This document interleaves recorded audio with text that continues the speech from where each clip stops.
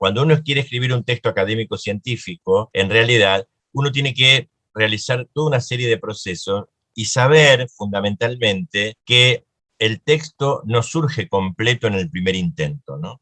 O sea, cómo uno tiene que ir viendo, analizando, revisando, corrigiendo, dándole a leer a otro para ver si el otro entiende exactamente lo que yo quiero decir, ¿eh? No es una cuestión de todo o nada, ¿sí? O sea, esa idea del escritor que se despierta febrilmente en la noche, y recibe la inspiración, entonces escribe, escribe, escribe, eso solo en las películas, digamos, ¿sí? Las personas normales, digamos, no procedemos así, ¿eh? O sea, escribimos y revisamos y corregimos y volvemos a revisar, y volvemos a corregir, y cuando seguimos avanzando en la información nos damos cuenta que a lo mejor esto que pusimos al comienzo lo tendríamos que poner al final, o nos damos cuenta que acá damos un concepto pero no aclaramos qué es ese concepto y después entonces no se entiende lo que sigue, entonces hay que retocar el texto. O sea, es un trabajo, digamos, muy recursivo el trabajo de la escritura, ¿no?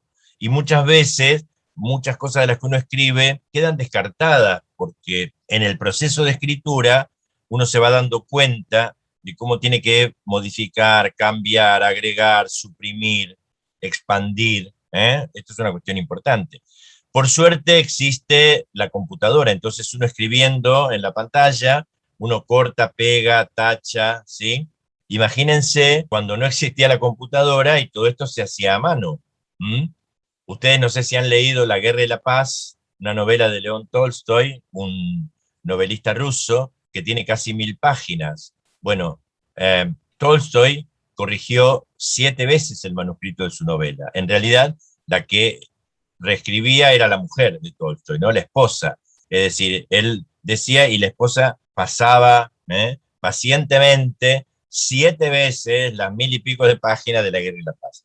Entonces, digo, a nosotros se nos resuelven muchísimas cosas con la computadora. ¿Mm? Bien. Yo tengo como un aporte bueno, hay una pregunta que sí sé que es una pregunta y es con respecto al texto de Rosas de cómo citar. Ajá. Él y me causa curiosidad algo. ¿Por qué dentro de este texto se dice que citar a determinados autores, y ponen el caso de Albert Einstein, podría verse como algo pedante para la persona que está citándolo? ¿A qué se debe esto? Y en el caso de las ciencias humanas, entonces, ¿también funciona de la misma manera? Pues allá pero acá en las ciencias sociales y humanas, ¿cómo funciona? Claro, no, a ver, lo que quiere decir el autor cuando menciona eso de que suena como pedante citar a Einstein, digamos, es porque en realidad, eh, digamos, un trabajo o un trabajo de investigación, salvo que sea específicamente sobre la teoría de la relatividad, no necesitas citar a Einstein. ¿Se entiende lo que quiere decir? Lo que quiere decir, Entiendo. Sí, ¿sí? ya le estoy A entendiendo. eso se refiere, ¿no? O sea, bueno, si estás Pero, haciendo un trabajo sobre la teoría de la relatividad, obviamente citarás a Einstein, pero digamos, si no lo estás haciendo, digamos, resulta como gratuito y por eso él dice hasta pedante citar a Einstein cuando es innecesario, es como ¿sí? la pertinencia de la cita y el Claro, autor en exactamente, determinado tema. Listo, exactamente, la ya, pertinencia de la cita, claro. listo. Y en cuanto a otra pregunta que me surge, es cuando, le agradezco a Sandra porque ese no era el texto de Fernández, perdón, era el texto de Fernández, no el de Sí, Rosas. En sí. el de Rosas, cuando leemos el artículo, me puso a pensar y efectivamente a consultar algunos textos, porque allí habla de que una de las características es que dentro de estos géneros académicos, por así definirlos, se caracterizan también porque tienen un modo de organización discursivo argumentativo, Sí. descriptivo. Entonces, yo lo que estaba pensando era, si yo estoy trabajando con el género tesis doctoral, Ujú, un género particular que tiene su propia estructura con base ujú, en unos lineamientos, ujú. dentro del género tesis doctoral hay otros géneros que están dentro de ese género.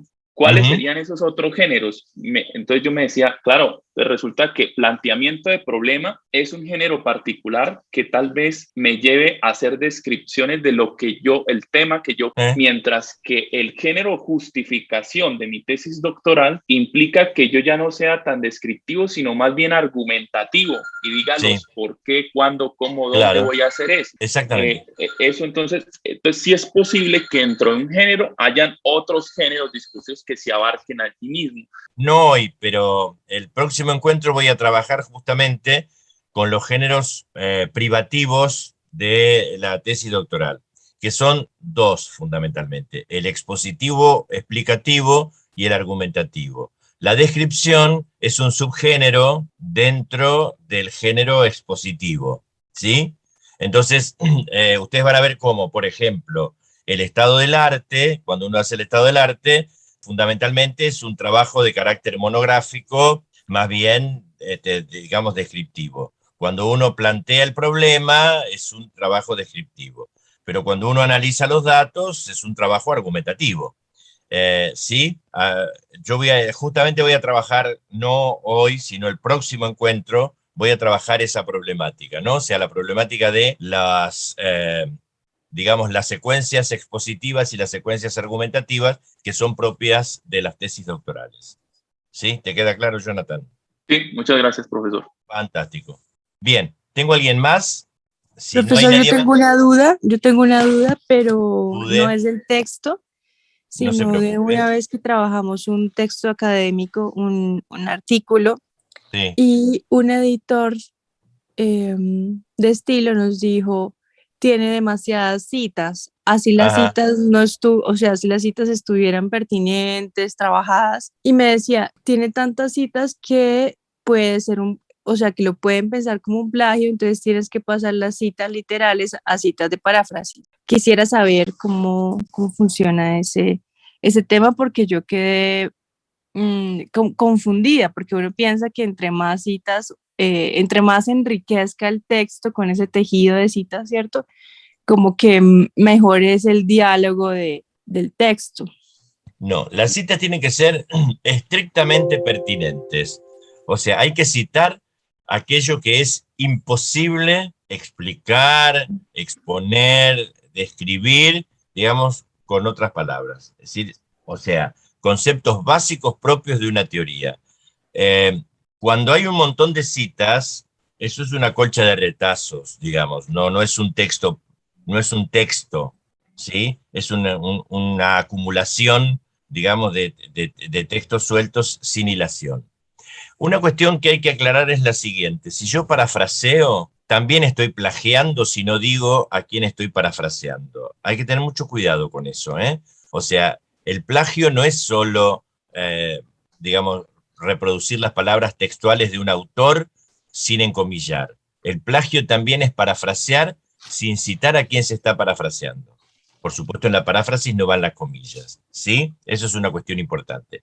Ahora, mientras ustedes digan cuál es la fuente de donde extrajeron la cita, ya sea textual o parafraseada, no hay plagio. No hay plagio. Eso no se considera plagio. El problema de la sobreabundancia de citas es que empobrece el trabajo porque no se ve justamente, digamos, la producción propia del tesista o del que escribió el artículo. Digamos, si hay alguien que se limita a copiar, digamos, conceptos o definiciones o ejemplos, digamos, de otros textos, pero nada más. ¿Sí? ¿Te queda claro? Sí, señor. Perfecto, Mayra. Profesor, Sí, Camilo, hay te una escucho. pregunta, bueno, temía hacerla por obvia, quizás, y básica, pero prefiero, bueno, para eso estamos acá. El Exactamente, no asunto, te preocupes. Yo una cosa que quiero aclarar, pregunten lo que quieran, no se preocupen si es obvia, si no se preocupen, para eso estamos. el asunto es, y retomando un poco lo que Mayra preguntaba hace un instante, uno finalmente todo lo que escribe o gran parte de lo que piensa y escribe posteriormente emerge y bebe de otras fuentes.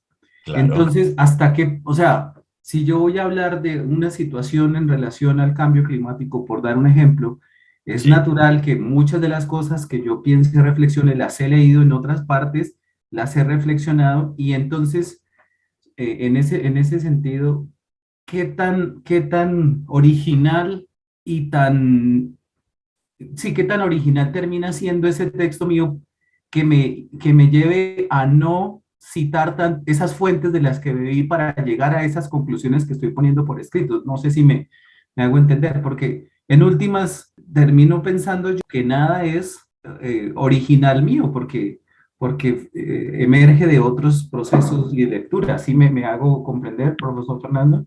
Sí, perfectamente, Camilo. Mira, la Sí. cosa es la siguiente. Yo te voy a decir algo. Después de los griegos no se inventó nada nuevo.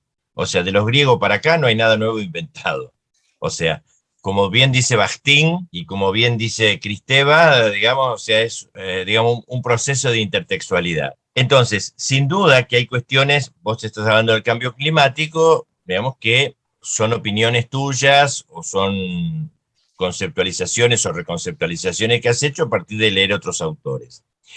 La cita tiene que ver cuando uno toma un concepto o una categoría que ha sido acuñada por un autor determinado. Ahí entonces uno tiene que citar. Por ejemplo, ¿qué quiero decir?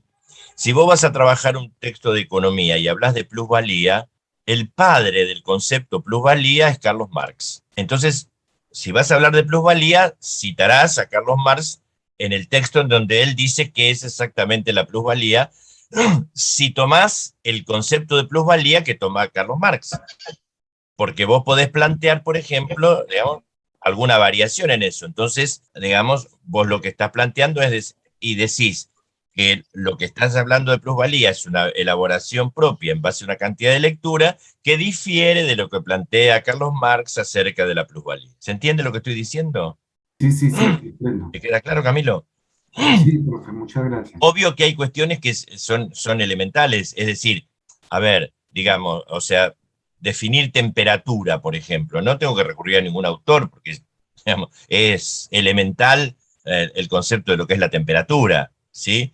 Y quiero definir clima, bueno, digamos, no voy a recurrir a ningún autor para decir lo que es clima, salvo que yo acuñe un concepto distinto a lo que la tradición en el campo disciplinar habla sobre el clima, ¿se entiende? Se entiende, profe. Vamos a trabajar entonces con el tema de hoy, que es variables en la producción de textos académicos. Nosotros ya hemos definido lo que es un texto académico, ¿no? Ya sabemos qué características tiene un texto académico. Bueno, ahora vamos a ver entonces, digamos, cuáles son las variables que entran en juego para producir un texto académico. Entonces, ¿cuáles son las variables interdependientes que están presentes en todo texto académico? Es decir, digamos, sí, que son imprescindibles. Primero, conocimiento teórico sobre el tema. Es imposible escribir sobre algo que se desconoce. Primer punto.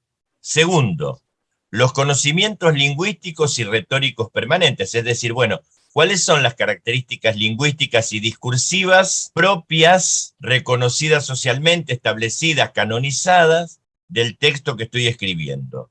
Y luego, digamos, ¿cuáles son las estrategias y los procesos necesarios que yo tengo que llevar adelante para cumplir con esos conocimientos lingüísticos y retóricos permanentes y volcar el conocimiento que yo tengo sobre la materia o sobre el tema que estoy escribiendo de una manera que sea legible para quien lo va a leer? Entonces voy a explicar cada uno de estos tres puntos, ¿sí? El día de hoy me voy a dedicar a trabajar cada uno de estos tres puntos. Bien. Primer punto, conocimiento teórico. ¿Esto qué quiere decir? ¿Por qué hablo acá del conocimiento teórico? Quiero decir que cada campo disciplinar tiene sus términos categoremáticos, tiene sus conceptos específicos, es decir, no son universales esos conceptos, ¿sí? Es decir, cada campo disciplinar tiene una serie de categorías o de conceptos que le son propios. Ahora bien, dentro de un mismo campo disciplinar, yo puedo plantear distintas opciones epistemológicas, distintas opciones teóricas, distintas opciones metodológicas. Entonces, dentro de los términos categoremáticos, de las categorías de análisis que son propios de un campo disciplinar, yo voy a tomar aquellos que se corresponden con mi opción teórica y con mi opción metodológica. ¿Mm? Entonces, esto es sumamente importante para tener en cuenta cuando uno escribe un texto académico o un texto científico. No es cuestión de poner conceptos por poner conceptos, sino son pertinentes no solo al campo disciplinar, sino a la opción teórica con la que yo estoy operando, ¿sí? Por eso, digamos, es sumamente importante conocer el campo. Si no se conoce el campo, no se puede escribir, ¿sí? Entonces, yo voy a emplear un vocabulario particular, voy a usar ciertos conceptos particulares, ciertas fórmulas, digamos, que responden a la opción teórica y a la opción metodológica que yo he elegido, en este caso, para desarrollar la tesis, ¿sí? Es decir, los textos, ¿sí?, académicos y científicos, lo que hacen es girar en torno a tradiciones, metodologías y prácticas. Esto ya lo vimos cuando vimos las comunidades de textos, cuando vimos la idea de género, eso ya lo vimos en general. ¿Sí? Bien. Entonces, y hay conceptos que ya están establecidos en los campos disciplinares y otros que con la investigación se generan. Entonces, esto es una cuestión importante a tener en cuenta. Por eso, no se puede escribir sobre lo que no se sabe. Yo insisto siempre, bueno, este no es un taller de tesis, pero es un taller de escritura de tesis, pero cuando yo doy los talleres de tesis siempre insisto, tomen un tema que conozcan, elijan dentro del campo disciplinar en el que se mueven una temática que conocen, porque ya han leído la bibliografía, porque saben cuál es el estado actual del debate sobre el tema, porque saben cuáles son los nichos vacantes para investigar. Digamos, sí, no se puede investigar sobre lo que no se conoce, y mucho menos escribir. Es una cuestión importante. La segunda cuestión importante son los conocimientos lingüísticos y retóricos pertinentes. Es decir, hay una retórica oficial de la ciencia. Vieron que se dice que la ciencia se escribe sin adornos, sin, digamos, circunloquios, sin hipérbaton, etc. Es decir, pareciera como que la ciencia careciera de retórica cuando se escribe. Bueno, eso es una forma retórica, ¿no? Por eso digo, existe una retórica oficial de la ciencia que se niega como retórica, que se nos impone, ¿no?, a los que escribimos textos académicos y textos científicos. Es decir, ¿quién nos lo impone? Bueno, la propia comunidad científica, es decir, los llamados canales científicos oficiales, que son los que van a restringir y a delimitar las formas de expresarnos, ¿sí? Bien, y esto es una cuestión aprendida. Uno no nace sabiendo escribir ciencia o sabiendo escribir textos académicos. No es un modo natural de expresión. Hay que aprender a escribir ciencia. Bueno, científico, ¿sí? Bien. Entonces, el lenguaje o los procedimientos retóricos, ¿sí?, de este discurso, que no tiene nada que ver con el lenguaje coloquial que nosotros usamos en la conversación cotidiana, ¿sí?, aunque presenta variantes con respecto a los distintos campos disciplinares, sin embargo, todos los textos científicos académicos van a tener un conjunto de rasgos comunes de vocabulario, de sintaxis y de gramática, que van a configurar un estilo propio, obviamente. Ese estilo, esa retórica que parece no ser retórica, ¿por qué se caracteriza? Se caracteriza por la precisión, una cuestión importante, se caracteriza por la concisión, segunda cuestión importante, se caracteriza por la claridad, tercera cuestión importante, y por la neutralidad o la impersonalidad, cuarta cuestión importante. Entonces, digamos, voy a trabajar con lo que es la retórica de la escritura científico-académica. Esa retórica de la escritura científico-académica tiene estas cuatro particularidades o cuatro propiedades o cuatro cualidades, como le quieran llamar. La precisión, la concisión, la claridad y la neutralidad o impersonalidad. Entonces voy a trabajar con cada una de estas cuestiones, ¿sí? Lo primero que voy a trabajar es con la precisión.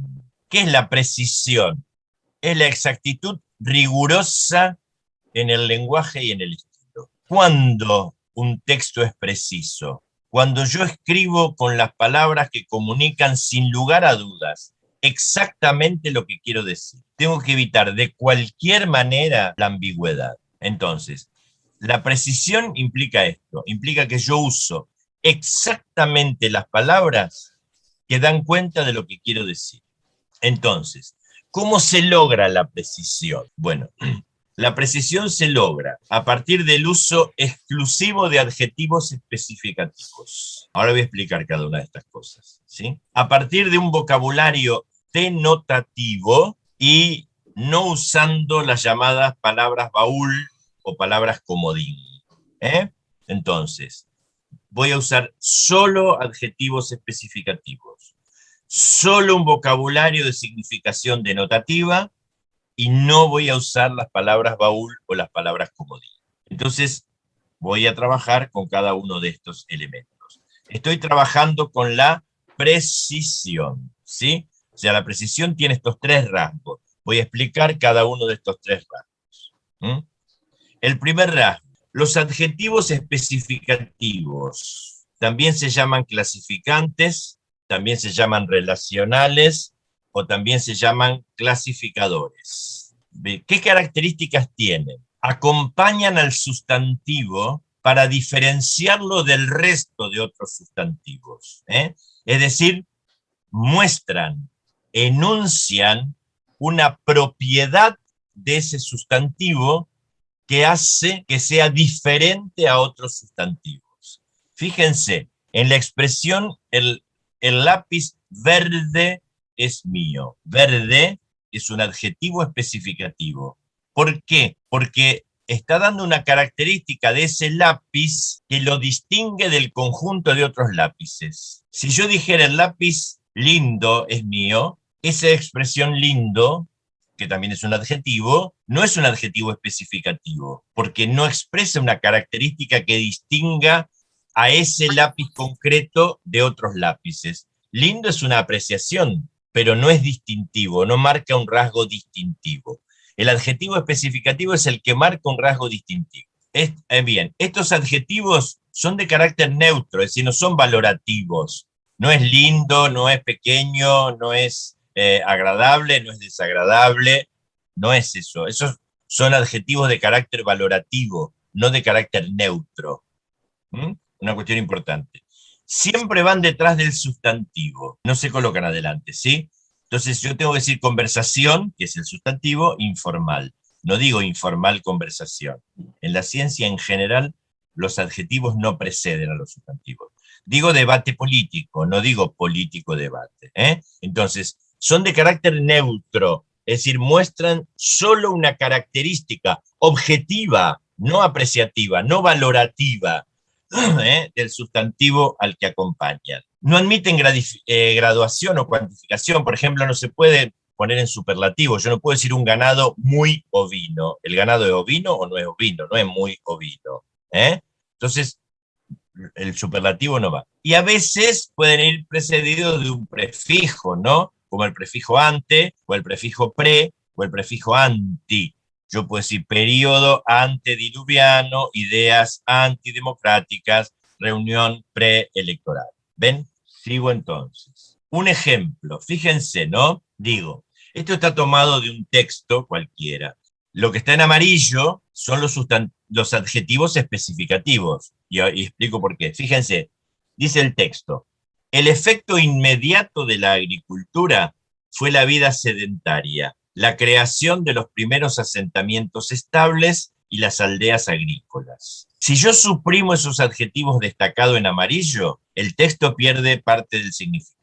Ahora, ¿por qué son adjetivos especificativos? Porque, por ejemplo, cuando yo digo efecto inmediato, estoy dando cuenta de que ese efecto no tardó, no se demoró, fue rápido, ¿sí? Entonces, distingo ese efecto de otro tipo de efectos, ¿no? Dice el efecto inmediato de la agricultura fue la vida sedentaria. ¿Por qué es un adjetivo especificativo? porque caracteriza una forma de vida distinguiéndola de otras formas de vida. Es decir, no es una vida ambulatoria, no son nómades. Dice, la creación de los primeros asentamientos estables. ¿Por qué estables es un adjetivo especificativo?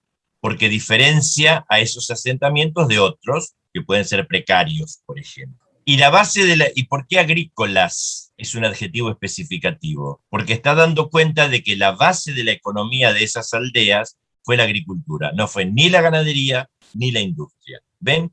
Esos adjetivos son imprescindibles para entender el sentido de lo que estoy diciendo.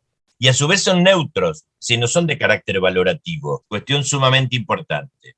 La otra cuestión es que en función de la precisión que requieren estos textos, el vocabulario empleado es un vocabulario denotativo. O sea, yo tengo que usar en el texto académico el significado básico, constante, objetivo de las palabras, es decir, el significado que va a aparecer en los diccionarios, no un significado personal particular, ¿sí? Frente a este significado denotativo, que es el que yo tengo que usar, existe otro significado que se llama significado connotativo, sugerido, un significado figurado, un significado simbólico, ¿sí? Que acompaña las palabras por razones ideológicas, estilísticas, emocionales, que reviste un carácter puramente subjetivo. Ahora, este significado, el connotativo, es propio del lenguaje coloquial o del lenguaje literario. Voy a poner un ejemplo. Si yo digo madre, uso la palabra madre, ¿cuál sería el significado denotativo? Es decir, el objetivo, el que voy a encontrar en el diccionario. Mujer con hijos. No hay otro significado para la palabra madre. Mujer con hijos. Entonces, ese sería el significado denotativo de la palabra madre. Pero yo a una amiga, aunque no tenga hijos, puedo decirle, sos una madre para mí. ¿Por qué? Bueno, porque es una persona protectora, porque es una persona que ayuda, porque es una persona que está siempre presente. Pero ahí yo, cuando le digo sos una madre, estoy usando un significado connotativo. Es decir, un significado que está reflejando cuestiones emocionales, cuestiones afectivas, pero no es el significado de madre que voy a encontrar en el diccionario. Entonces esto es una cuestión muy importante para tener en cuenta. Ejemplo, ¿no? En la ciencia, cuando yo uso la palabra perro, ¿a qué me voy a referir? ¿A un animal vertebrado? ¿A un mamífero canino? Eso es lo denotativo, lo que todo el mundo va a entender. Ahora, connotativamente, ¿sí? La palabra perro puede querer significar compañía, fidelidad, docilidad o mala persona. Si yo, esta mujer está muy angustiada y le dice a alguien ¿por qué eres tan perro? Entonces, la connotación no es propia de la academia ni de las ciencias. Lo que es propio de la academia y de la ciencia es la denotación. Por eso, Berta Gutiérrez Rodilla, en un texto muy interesante que se llama La ciencia empieza en la palabra, ella va a decir, en el lenguaje científico habría una fidelidad absoluta a lo literal, es decir, a lo denotativo, al significado objetivo de las palabras. Dice ella, entendida desde luego como opuesta a lo figurado. Entonces, ya vimos dos cuestiones importantes, o estamos viendo. La primera, el uso de adjetivos especificativos. La segunda, el carácter denotativo de las palabras que voy a usar. Y finalmente, ¿sí?, evitar lo que se llaman palabras baúl, ómnibus o comodín, que son esas palabras que nos dan una imagen clara, ¿sí?, de lo que yo estoy diciendo, porque tienen un significado muy amplio, muy general, son palabras muy poco precisas al contexto, ¿verdad? Entonces, fíjense, las palabras baúl mantienen con otras lo que se llama una relación de hiperonimia. ¿Qué es un hiperónimo? Un hiperónimo es una palabra que tiene un significado muy amplio y que incluye en su significado otras palabras. Por ejemplo, la palabra animal es un hiperónimo. ¿De qué? De gato, perro, gallo, puedo decir mamíferos, aves, reptiles, es decir, todo eso entra dentro de la categoría de animal. Esas palabras de significado tan amplio, que incluyen otras palabras dentro, se llaman hiperónimos. Entonces las palabras baúl mantienen una relación de hiperonimia. Y las palabras como acá gato, perro, gallo, se llaman hipónimos. Hiper, amplio, grande, hipo, pequeño. ¿Sí? Bien. El caso del verbo hacer, por ejemplo, ¿no? El verbo hacer, que se usa como un hiperónimo, porque lo usamos para todo. ¿Sí? Cuando yo digo pintar, coser, cocinar, trabajar, todo eso entra del verbo hacer. En este caso, animal, hacer, son palabras baúl, son palabras comodín. No dan cuenta exacta de lo que yo quiero plantear.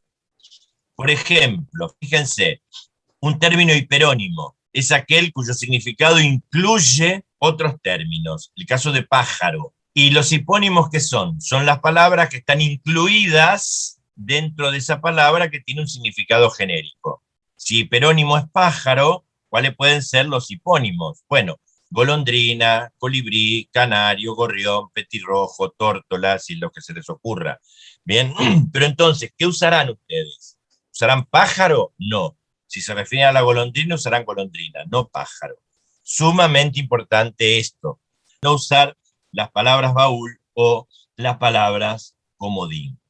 Entonces, Mark Twain, un literato, un escritor inglés, escribió: la diferencia entre la palabra adecuada y la casi correcta es la misma que entre el rayo y la luciérnaga. Fíjense qué importante. Entonces, hemos trabajado la cuestión de la precisión, ¿sí? Hay que ser muy precisos para escribir. Esta idea de precisión, entonces, requiere palabras con significado denotativo, no connotativo, uso de adjetivos especificativos, y evitar la palabra baúl, es decir, evitar esa palabra de significado tan amplio, tan genérico, que no da cuenta exacta de lo que yo quiero decir. Bien, ¿hasta acá hay alguna dificultad?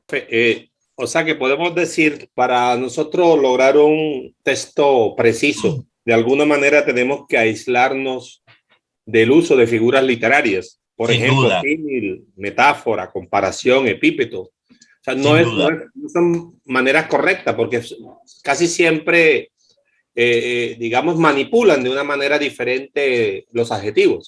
Exactamente, exactamente. Por eso no hay que usar nada en sentido figurado, digamos, ¿no? Ni tampoco los llamados tropos o figuras literarias, ¿no? Correcto, profesor, correcto. Bien, ¿alguien necesita alguna aclaración más? Bueno, sigo entonces. Hablé de la precisión, ahora voy a hablar de la concisión. ¿Qué es la concisión? La concisión es la brevedad para expresarse, Es decir, usar el menor número de palabras posible para expresar un concepto de manera precisa o de manera exacta. La precisión va de la mano de la concisión. Entonces, yo tengo que encontrar para expresarme las palabras estrictamente necesarias para construir los enunciados que van a componer el texto. Es decir, ¿qué palabras voy a elegir? Aquellas que van a expresar con mayor fuerza, con mayor potencia, lo que yo quiero decir. Esa es la idea de concisión. Para esto, resulta indispensable eliminar las palabras innecesarias y también eliminar lo que se llama el sesquipedalismo. ¿Qué es esto del sesquipedalismo? Es una manera de expresarse muy amplia, muy ampulosa, ¿sí? Dando mucha extensión a las expresiones y tardando mucho en dar la información sustantiva o importante.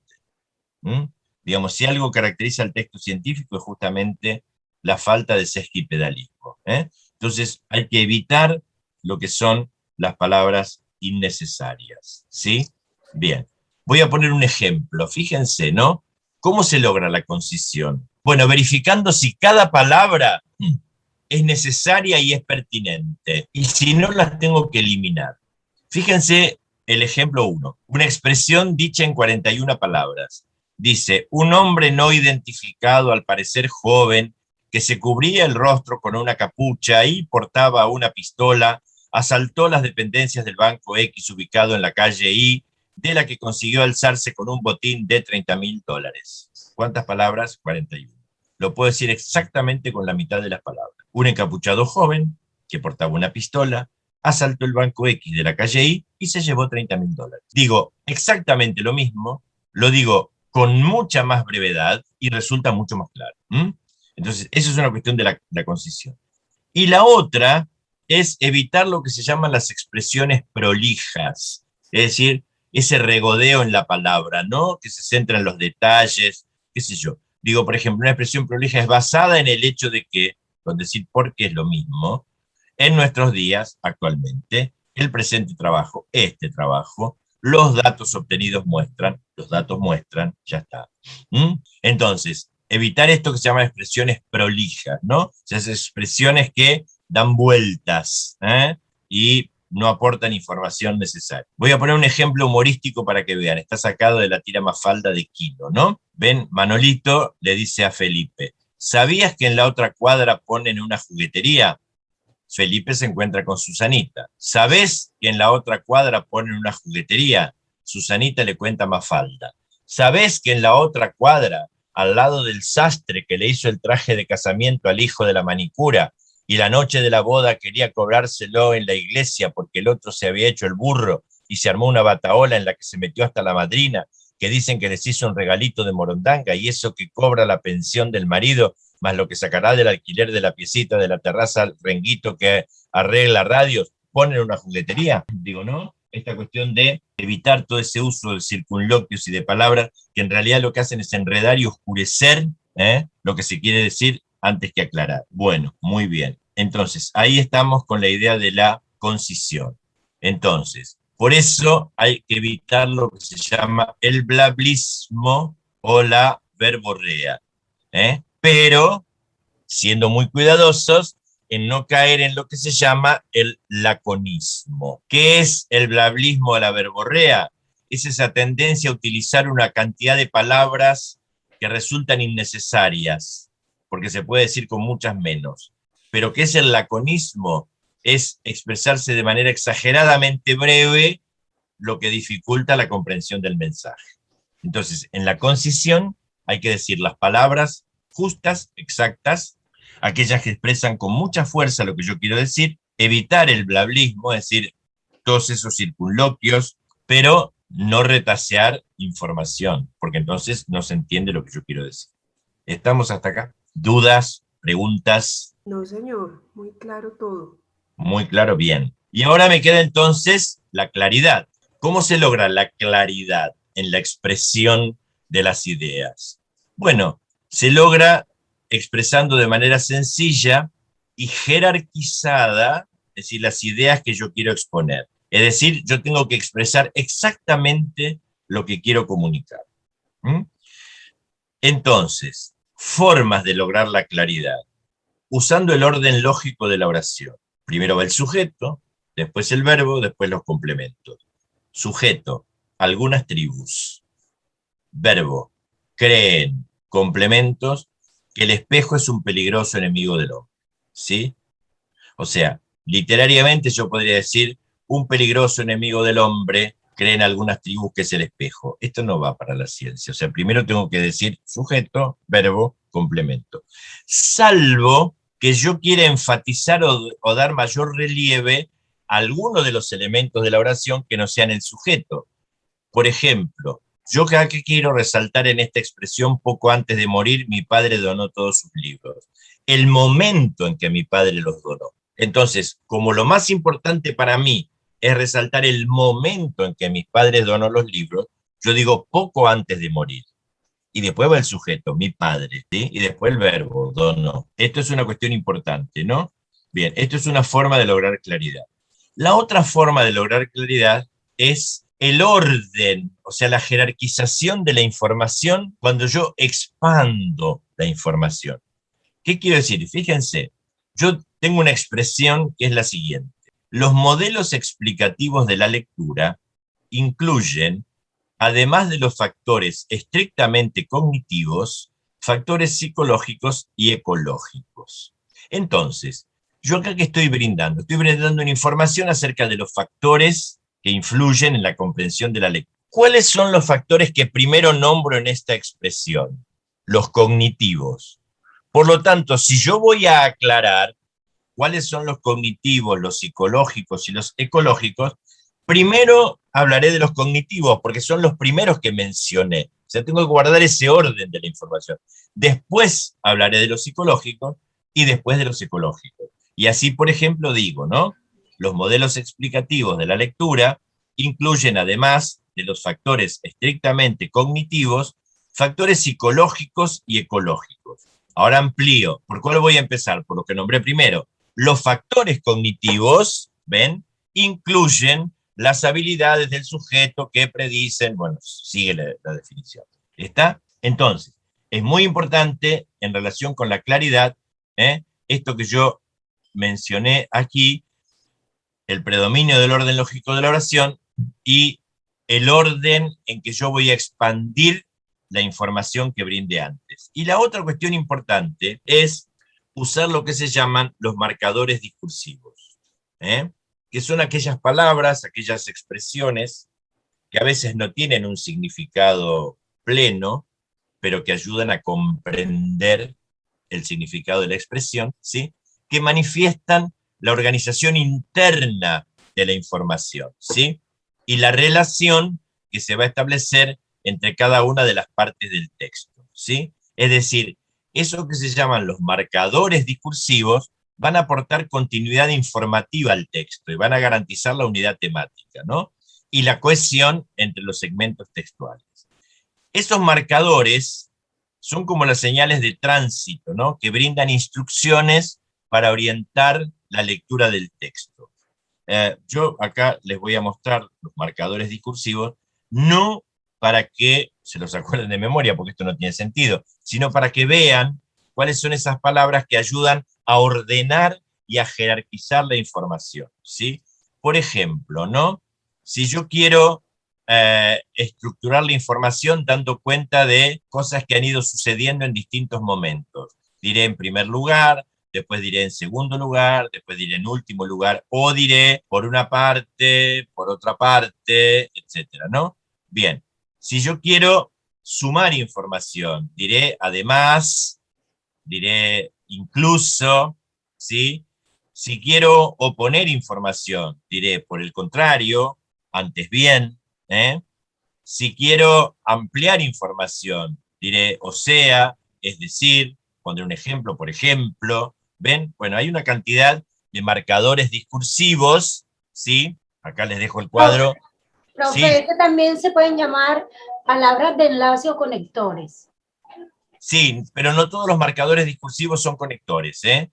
O sea, por eso yo le di el ejemplo amplio, el nombre amplio de marcadores discursivos. Algunos son conectores, otros no lo son. Por eso yo los llamo marcadores discursivos. Pero tienes razón, Mariluz. Gracias. ¿Sí? Los conectores entran dentro de los marcadores discursivos. Bien. Y aquí les dejo una frase de Umberto Eco que a mi juicio es sumamente importante. ¿Qué dice Umberto Eco? Umberto Eco dice, en el libro este clásico de él, Cómo se hace una tesis: si leéis a los grandes científicos o a los grandes críticos, veréis que salvo pocas excepciones, son siempre clarísimos y no se avergüenzan de explicar bien las cosas. Entonces vimos la precisión, la concisión y la claridad. Tres cuestiones básicas de la retórica del texto científico. Ahora entonces vamos a ver la última, que es la objetividad o neutralidad. Entonces, ¿qué es la objetividad? Es la presentación neutra de datos o acontecimientos. Es decir, el enunciador no aparece, porque lo que interesa no es la opinión del enunciador, lo que interesa es la precisión de los datos que yo estoy poniendo a consideración en el texto académico. Esta precisión, o esta pretensión, mejor dicho, que es mostrativa, es como si fuera una fotografía, ¿no? Por la que afirmamos o negamos algo, declaramos, enunciamos, si damos por cierto o no algo, se denomina logos apofántico. Entonces, la objetividad, la ausencia del enunciador, ¿sí?, se denomina logos apofántico. Esa es la característica que tiene la presentación de la ciencia. O sea, el logos apofántico es el discurso asertivo. ¿Qué quiere decir asertivo? Es algo que yo tengo por cierto. Cuando yo digo algo que tengo por cierto, por ejemplo, yo digo, hoy es sábado, ese es un discurso asertivo, porque doy por cierto que hoy es sábado, ¿verdad? Bien, entonces, el logos apofántico es eso, es el discurso asertivo, es decir, designa o muestra lo que algo es o no es, y afirma o niega algo sobre la realidad. Es decir, ¿qué hace el discurso asertivo? ¿Qué hace el logos apofántico? Presenta una verdad o la niega mediante evidencias, certezas y pruebas. ¿Y qué es lo que van a hacer ustedes en la tesis? Justamente eso, presentar algo que ustedes creen que es verdad, afirmándola o negándola. ¿Y cómo la van a afirmar o la van a negar? Mediante evidencias, certezas o pruebas. Bueno, ese es un discurso asertivo. Ese es un discurso asertivo. Entonces, el logos apofántico es un discurso asertivo. ¿Sí? Bien, entonces, ¿qué es lo que no van a aparecer en los textos académicos o científicos? Los deseos, las dudas, los ruegos, los mandatos, las prohibiciones, los consejos, la sorpresa, la admiración. Eso no es propio, ¿sí?, del discurso académico. Eso es propio de otro tipo de discursos. Entonces, en el discurso asertivo, ¿sí?, donde yo afirmo o niego algo, lo que van a aparecer son oraciones llamadas enunciativas, declarativas o aseverativas. Es decir, oraciones que afirman o niegan algo. Es decir, se limitan a expresar un hecho o una idea a la que se le atribuye una realidad objetiva sin que intervengan las opiniones, los deseos, las dudas, los consejos, etcétera, del enunciador. Por ejemplo, de manera afirmativa, yo digo, el libro fue publicado en diciembre de tal año. Perfecto. Ese es un discurso asertivo, ¿sí? Da cuenta de una realidad objetiva, expresa un hecho, una idea, simplemente. Yo no digo, me parece que el libro fue publicado, eso no es propio de la ciencia. O puedo negar, digo, no existen evidencias de que suceda tal cosa. ¿Ven? Entonces, el logos apofántico es un discurso asertivo, es decir, que afirma o niega algo mediante oraciones enunciativas, declarativas o aseverativas. Es lo mismo. ¿Hasta acá me están siguiendo? ¿Se entiende bien lo que estoy diciendo? Sí, profe. Perfecto. Perfecto. Bien. ¿Y cuáles son las marcas estilísticas del logos apofántico? Además de ser un discurso asertivo y además de usar oraciones enunciativas o aseverativas. Lo que se llama la desagentivación, lo que se llama plural de modestia o de autor, que yo voy a explicar por qué me parece que no hay que usarlo, y el uso del modo indicativo de verbos. Entonces, vamos a trabajar con estas llamadas marcas estilísticas del logos apofántico. ¿Qué son las estrategias de desagentivación? ¿A qué se llama la desagentivación? Es ocultar el agente o el participante activo en el discurso. Eso es desagentivar. Es decir, yo me enmascaro. No digo yo digo que hoy es sábado. Yo digo es sábado, nada más. Eso es un discurso desagentivado. Es decir, donde el agente enunciador, por eso se llama desagentivado, donde el agente enunciador no aparece. ¿Y cómo se logra entonces la desagentivación? Bueno, a veces a través del uso de ciertas formas verbales que enmascaran al enunciador, o a veces a través de ciertas formas nominales. Esto es lo que voy a explicar ahora. Fíjense, la desagentivación por formas verbales, es decir, se usa oraciones impersonales, que también se llaman pasivas con C. Yo digo, se consultó a los docentes para. Se realizaron 3 observaciones de clases. ¿Sí? Bien. Entonces, eso es una oración impersonal. ¿Por qué? Porque no hay un sujeto que enuncia. ¿Sí? No digo yo consulté a los docentes. No digo yo realicé 3 observaciones de clases. ¿Estamos? Bien. Eso se llaman oraciones impersonales o de pasivas con C. Eso es una manera. Otra manera, el uso de lo que se llaman pasivas perifrásticas. Yo no digo yo analicé los resultados, digo los resultados fueron analizados. ¿Mm? Y también el uso de la tercera persona, atribuyendo al texto las intenciones del emisor. Yo no digo yo demuestro esto, digo los resultados demuestran que. ¿Mm? Bien. Pero también hay desagentivación por formas nominales. Es decir, yo transformo verbos en sustantivos. No me interesa la acción, me interesa justamente el concepto. ¿Mm? Entonces yo digo, no digo que algo fermentó, que sería el verbo. Digo, en la fermentación, no digo que alguien respiró. Digo, a diferencia de la respiración, no interviene el oxígeno. Y entre los productos finales, no voy a decir que algo se degradó, que sería el verbo, digo, de la degradación de las sustancias complejas se encuentran siempre sustancias orgánicas. ¿Mm? Bien. O sustantivación de adjetivos, ¿sí? Entonces, yo no digo que algo es viscoso, que sería el adjetivo. Digo, la viscosidad se manifiesta en líquidos y en gases en movimiento, ¿sí? Bien. Entonces, ahí tienen ustedes algunas cuestiones importantes. A veces usa el plural de modestia o de autor, digamos, que se emplea en lugar del singular, aunque el investigador sea una sola persona, y eso se supone que evita la presunción. Entonces, en lugar de decir en este trabajo sostengo o sostuve, podemos decir en este trabajo sostuvimos.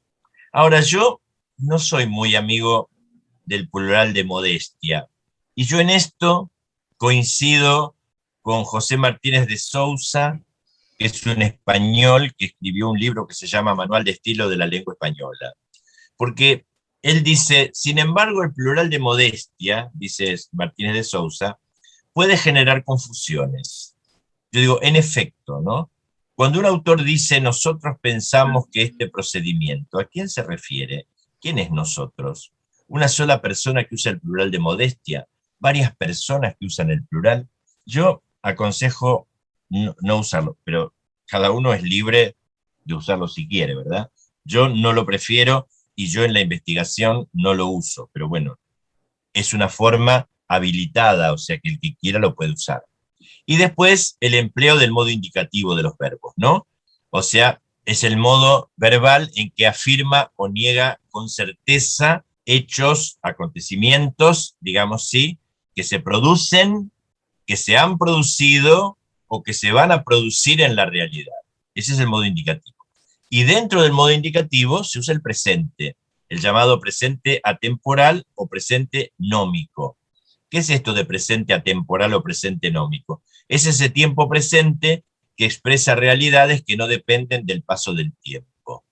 Yo digo, hoy es sábado y estoy usando el tiempo presente, pero esto pierde vigencia mañana, ¿sí? En cambio, hay verbos expresados en presente temporal o acciones expresadas en presente temporal que no dependen del paso del tiempo. Ejemplo, las masas de los elementos químicos que forman un compuesto se encuentran en una proporción constante. ¿Qué quiere decir esto? Esto no va a variar con el paso del tiempo, es decir, siempre las masas de los elementos químicos se van a encontrar en una proporción constante. Entonces, ¿sí? Yo digo, los cuerpos se dilatan con el calor. Digo, esto ocurrirá siempre, ese es el presente atemporal o nómico. Indica una acción que no cambia con el paso del tiempo. Entonces, en síntesis, la función primaria de los textos científicos académicos es transmitir información o conocimiento. Para eso hay que escribir con precisión, con concisión, con claridad y con objetividad. ¿Para qué? Para no dar lugar a la ambigüedad ni a los equívocos. ¿Sí? Entonces, para lo cual, el texto académico científico tiene que cumplir con las normas de la textualidad que demanda cualquier otro texto. La coherencia, la cohesión, la adecuación y la corrección, que es lo que ya vimos. ¿Sí?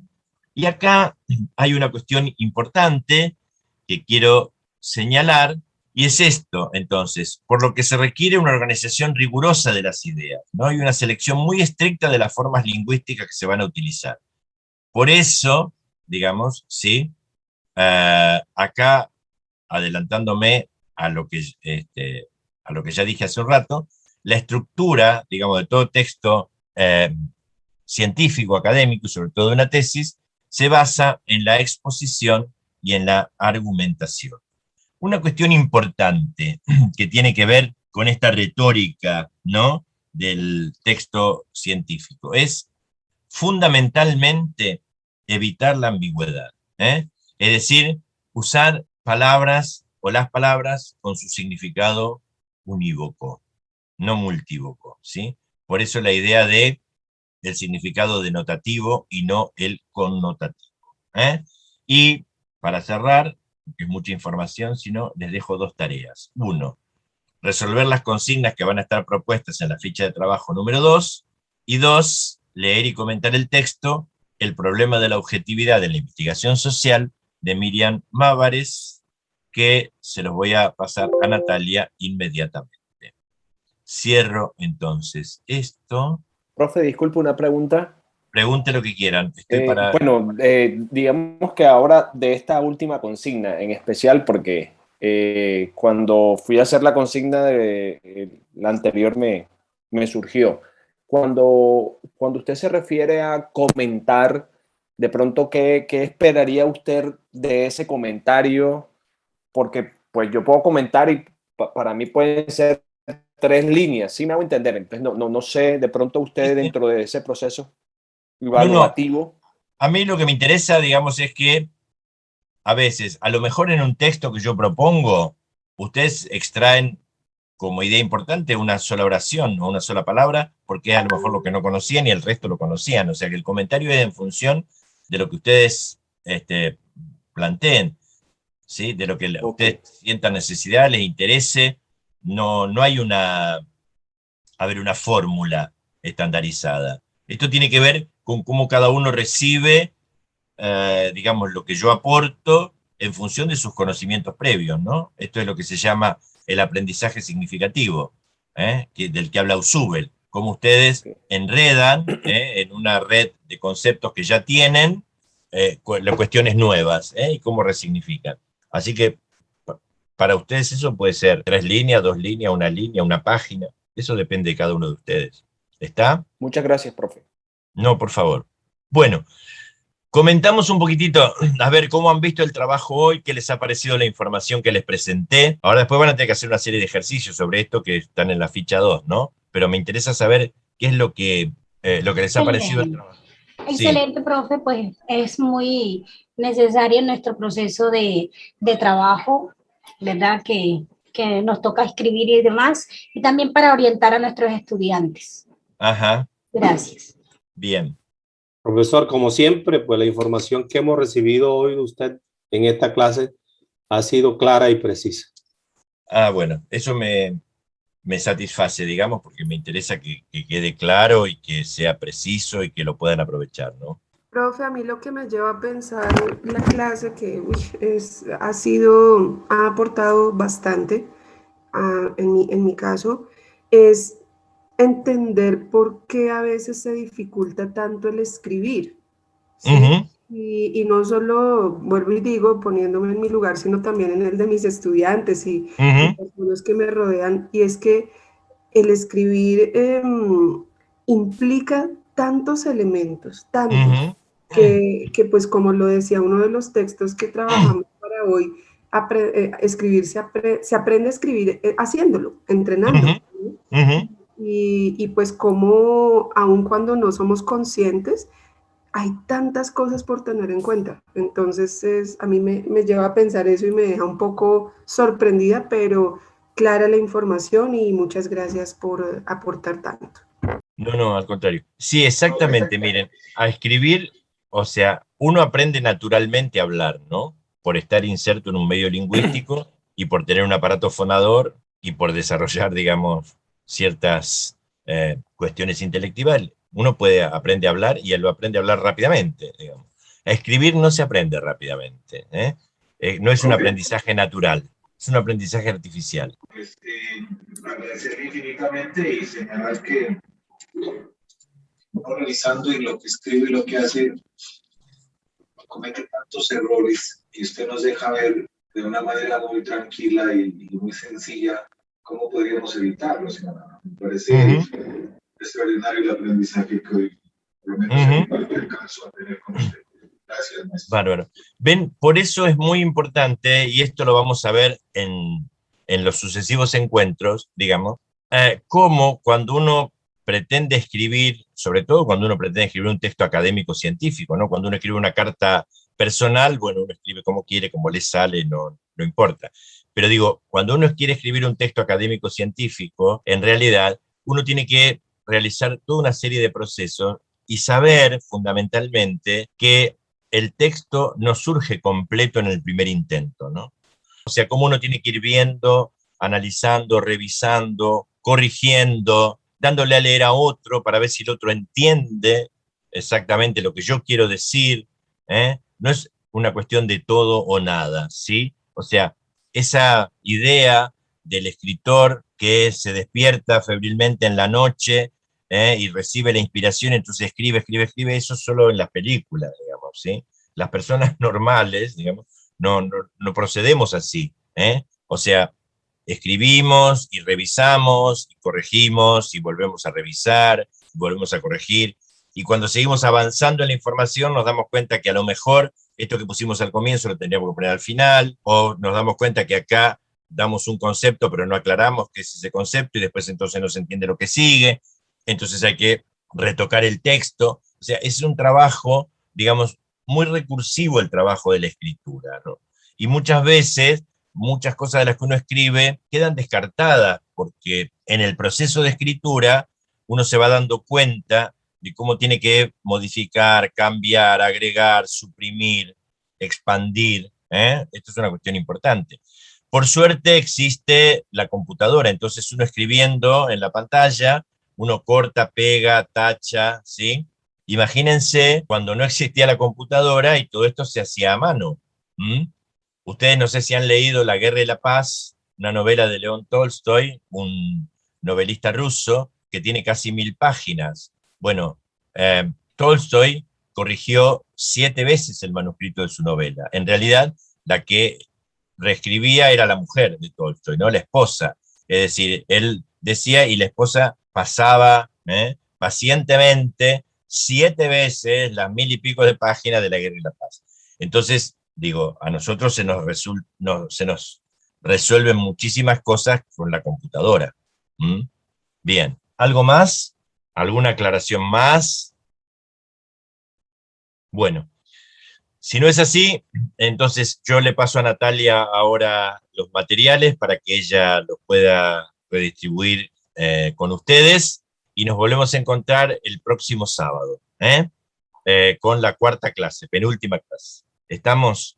Sí, Listo, señor. profe. Muchas Gracias. Nos estamos viendo el sábado, que tengan un buen fin de semana. Igualmente, profe, ustedes y los Gracias, doctor Fernando. Hasta luego. Luego, buenos días. Hasta luego. Muchas gracias, muy amable. Gracias.